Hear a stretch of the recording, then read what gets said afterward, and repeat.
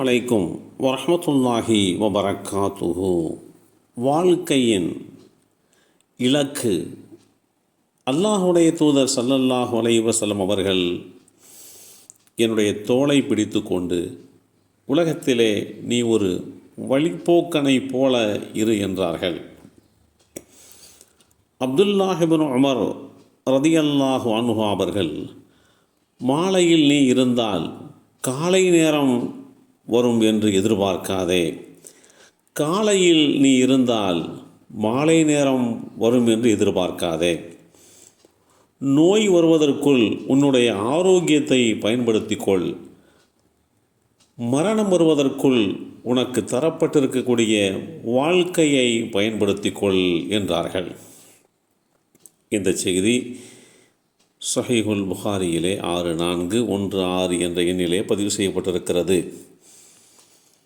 ஒருவர் தன்னுடைய வாழ்க்கையிலே ஒரு இலக்கை ஊர்ஜிதப்படுத்தி கொள்ள வேண்டும்.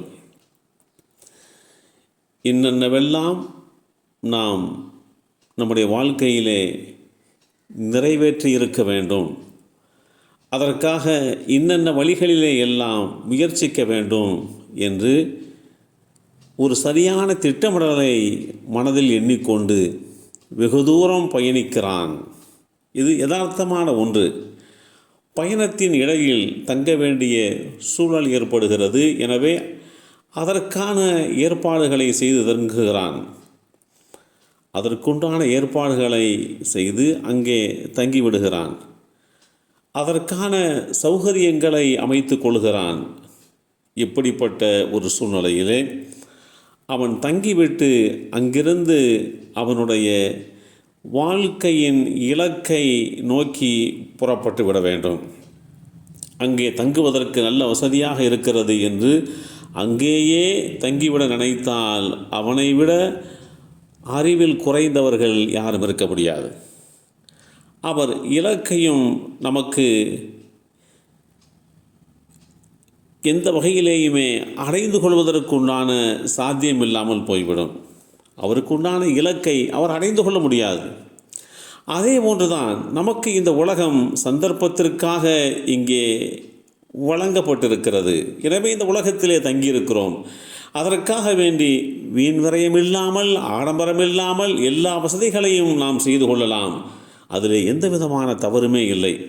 ஆனால் இதையே அடிப்படை என்றும் அசல் என்றும் இதுதான் உண்மை என்று நினைத்து மறுமையை மறந்துவிடக்கூடாது. அப்படி மறந்துவிட்டால் நாம் நஷ்டத்திற்குள்ளாகி விடுவோம். இன்றைக்கு இந்த உலகத்திலே நாம் சம்பாதிக்கிற விஷயங்கள் தான் நமது சேமிப்பு என்று தப்பு கணக்கு போட்டு கொண்டிருக்கிறோம். ஆனால் உண்மையான சேமிப்பு எதுவென்றால் அல்லாஹுடைய தூதர் ஸல்லல்லாஹு அலைஹி வஸல்லம் அவர்கள் தெளிவாக நமக்கு வழிகாட்டி தந்திருக்கிறார்கள். நம் மறுமை வாழ்விற்காக வேண்டி நாம் அனுப்பப்பட்டுள்ளோம் என்று அணுவணுவாக நமக்கு புரிய வைத்திருக்கிறார்கள். அதுதான் நம்முடைய உண்மையான சேமிப்பு.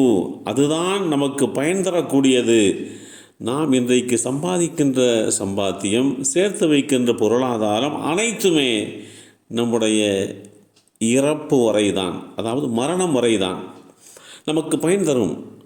ஆனால் நம் மரணத்திற்கு பின்பாக மறுமை வரை கை கொடுப்பது நம்மால் செய்யப்படுகின்ற நல்லறங்கள் என்பதை நாம் தெளிவாக புரிந்து கொள்ள வேண்டும். ஒரு மையத்தை அவருடைய குடும்பம், அவருடைய பொருளாதாரம், அவருடைய அமல், இந்த 3 விஷயங்களும் பின்தொடர்ந்து செல்லும். இதில் அவருடைய குடும்பமும் அவருடைய பொருளாதாரமும் திரும்பி விடுகிறது. அவர் செய்த நற்காரியங்கள் மட்டுமே அவரோடு தங்கிவிடுகிறது. எனவே வியாபாரத்திலும் சரி, தொழிலிலும் சரி அதிக அக்கறை கவனம் செலுத்துகின்ற நாம் நற்காரியங்கள் புரிவதிலேயும் கவனம் செலுத்த வேண்டும். அதுதான் வாழ்க்கையிலே நமக்குண்டான இலக்கு என்பதை புரிந்து கொள்ள வேண்டும்.